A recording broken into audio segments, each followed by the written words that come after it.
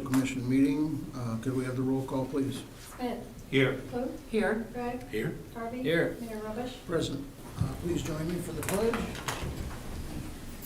I pledge allegiance to the flag of the United States of America and to the republic for which it stands, one nation, under God, indivisible, with liberty and justice for all. Thank you. We'll move on to the agenda approval. We have just a short item, so Move to approve the agenda. Second. roll call vote, please. Smith. Aye. Clute. Aye. Gregg. Aye. Harvey. Aye. Mayor Rubbish. Aye. Moving on to public forum. Public forum is limited to a maximum of 3 minutes per person. Please state your name and address for the record. Anybody here for a public forum? Seeing none, we'll move on to petitions and communications. 4.1, consider easement agreement between the City of Huron and Rapid City Pier and Eastern Railroad. There's 4.1 and 2. We'll take one at a time. Mr. Cranston? Thank you, Mayor. Again, up on the board here, you can see the image on the right is the original image that we shared last Monday with the yellow triangles being the properties that are being essentially swapped through the two leases. With the north triangle being the one from the city going to RCP&E. The south location is on the inset, that's the parking lot north of the Parks and Rec shop on Market. And that would be coming from via easement from RCP&E to the city. So with that said, when we last spoke, we deferred any action on this item until such time as we had had a chance to verify that in writing what the plan would be. And Chad Schroeder and I have since met with the railroad personnel, and we, as you can see the image on the left, you can see there are 2 trees that have circles with a cross through it. And Chad, jump in here anytime. When we met with them yesterday, these were the most likely trees that would be affected by their grubbing of the land and relocating and everything. In talking with the contractor, he felt that they were the most at risk of being lost. But he thought that the remaining row of trees that is immediately adjacent to Weibel Drive would likely be retained. So that would give us an immediate screening along Weibel Drive there.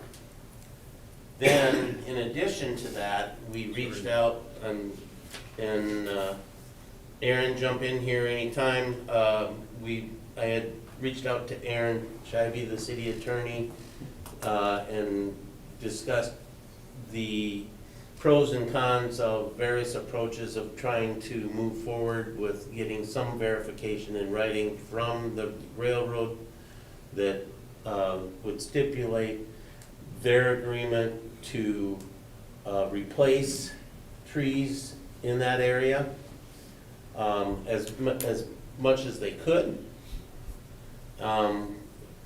After several conversations with the railroad and back and forth with Aaron, we decided that it would be best to not pursue a legal addendum or amendment to the easements, but rather to simply get a consent returned to us with their agreement in response to our proposal via email. Aaron, you want to chime in there at all? Yeah, happy to, Barry. So, folks, I guess Cody kind of filled me in on some of the conversation from Monday night. If you're looking for absolute ironclad maximum ability for the city to know exactly what's happening in terms of trees and then tree planting in the future, the best approach, as I explained to Barry, would be put it in the easement agreement or an addendum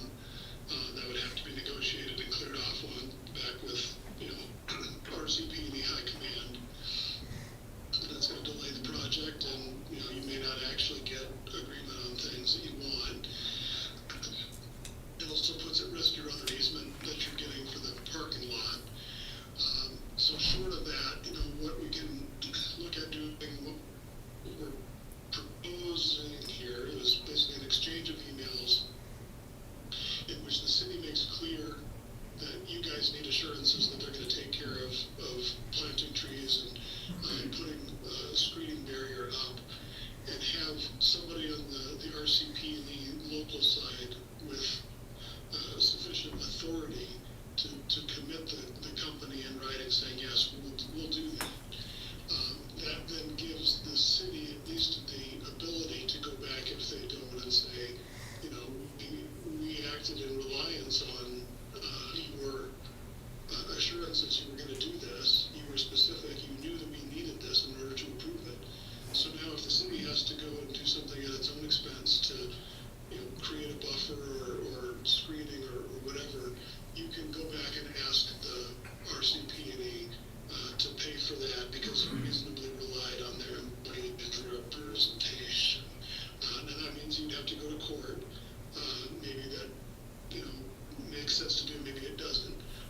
But it gives the city some protection in terms of what happens if RCP&E does not uphold their agreement. And Gary, my understanding is what you guys had asked for was to plant up to 20 trees at locations that Chad would determine and kind of species that Chad would determine.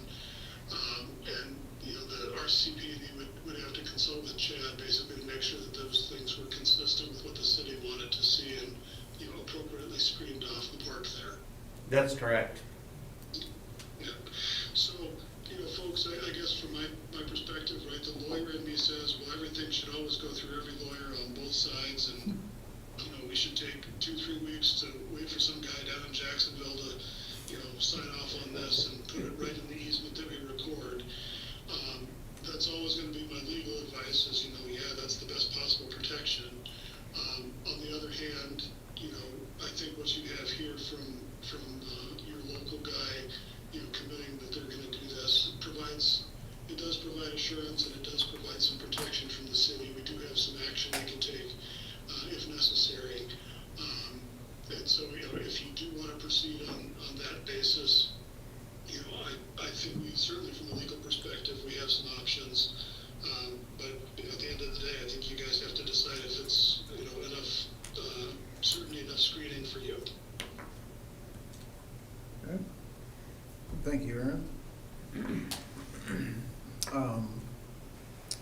Sorry, Mayor, if I maybe Yes. just one other quick thing, I'll jump in. I know there were some questions on the environmental matters as well that came up, and for good reason. The original plat that I looked at for the parking lot property had I think it was up in like one of the corners, it said something about an oil storage pond, and it was literally just an open cut on the ground that they poured oil into apparently.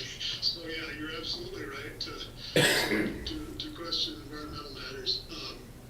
So we requested and we did receive indemnification language in these easements in which any pre-existing condition that the railroad has caused is something that they have to indemnify the city for if you have to clean it up eventually. So no concerns there on the oil storage pond or any other environmental issues. Okay, thank you. Before we have any discussion, should we get a motion on the table there? I move to approve 4.1 as stated with the supporting email documentation concerning the trees. Second. Okay. Now I guess we'll open up for discussion from what Mr. Cranston brought us and Mr. Scheibe brought us, I guess, or any other thoughts, I guess. I would just say thank you for the legwork on this, guys, because it does, I think going into the public now, we can say that we did all we could do, and I do think that we made the right decision by waiting a couple days and getting this in the language, and I think if they can leave some of those trees, it's great, and if they plant new trees, that's wonderful too. So with that being said, I am on board. Two things that I would note, one is a lot of the trees that are out there are on their property and not subject to this exchange anyway. So if you've driven out there, it already looks a lot different just from what they've taken down on stuff that's on their property. But, you know, there obviously it will look, people will notice this. If you drive down, it's gonna look different after they take a lot of these trees down. I would say from the discussions that I had with them when I was out there, you know, I think when you're doing, they're bringing in as much as 16 feet of elevation to flatten the track per what Brett had said. So, I mean, there's gonna be a lot of dirt work done. When I talked to the excavator, of course, his thinking was, the more trees I get out of the way, the easier it is for me to get my equipment in and out, right? So I just wanna blast all of it out, and then I have an easier job doing the work. Once we had the conversation with them about, you're gonna have a lot of attention on this project, and, you know, to your point, John, this is a pretty important recreational site. I think that they understood, okay, well, we still gotta take down trees that we have to take down in order to level it, but maybe we can avoid taking a few down if it's just to make it easier to drive our truck in and out. Let's try to work around those. So I think in addition to the email, which provides for replanting and additional planting of trees, which I think will also be a good thing to tell the public when they say, hey, why does it look so different? Say, don't worry, they've committed to go back and replanting. I do think also that the work, just by, like you say, taking a pause and going out there and talking to the guys in the excavator, they're gonna have a different approach, and those trees that Barry pointed out and that Chad talked about, I mean, those will be a huge help. If they can leave that row of, you know, what is it, 5, 6 trees that are right on the edge of Bible Drive, they're big, tall, full growth pines that are gonna be green all year long, that is gonna go a long way to blocking that, if they can keep those there. And then the addition of more trees will beautify that whole area. But, so, you know, we're all crossing our fingers. They said they'd do their best. They didn't commit. If they get into those roots and damage the trees, that they'll die, or if they have to take them out. But at least to Barry's point, they had a good conversation and made a good faith commitment to try. So I think it's going to be, we were not gonna be able to stop that area from looking different, even if we had said no to the deal altogether. The trees that they already took down have changed things, and so I think this is the best case scenario. And as we all said before, also, we're super supportive of this railroad project, and it's gonna be great for jobs and economic development, and you know, it will benefit the importance of Huron along the entire RCP&E route. When they were talking about that new shop that they, you know, have built out there, they'll be bringing in engines to service from all over the country. You know, RCP&E is part of a very large railroad, and this is gonna be one of their primary sites to service locomotives. So I think the whole project is great, and I'm with you, Sean. I commend you guys for the work that you did in a short amount of time, and I commend Sean for putting the brakes on and making us go through this, because I think it's a much better result that we got by I doing that. agree.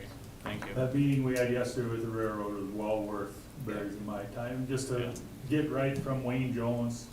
This is what we have going on, and for us to be able to say, Wayne, it would be our primary goal to leave that entire row along Weibel Drive.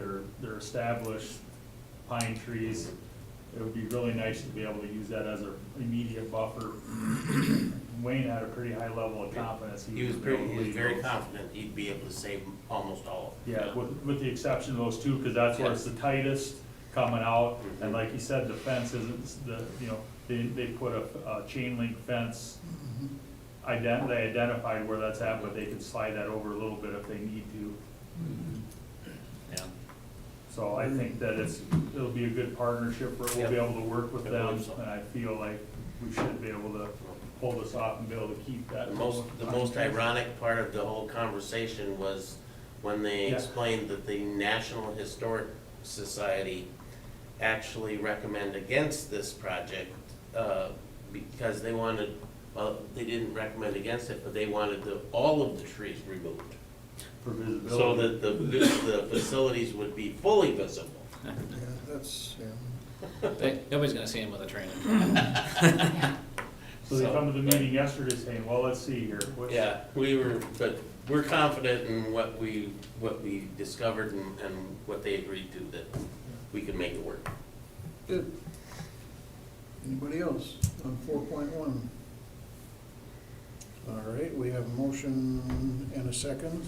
Roll call vote, please. Smith. Aye. Luke. Aye. Gregg. Aye. Harvey. Aye. Mayor Roberts. Aye. 4.2 is a lot the same. You want to explain just a little Four difference? point two just is the other side of it with the parcel from the city to, well, the second leg of the, would be RCP&E coming to the city, excuse me. Motion to approve with same conditions as the first one. Second. Any questions, concerns? Roll call vote. Smith. Aye. Luke. Aye. Gregg. Aye. Harvey. Aye. Mayor Roberts.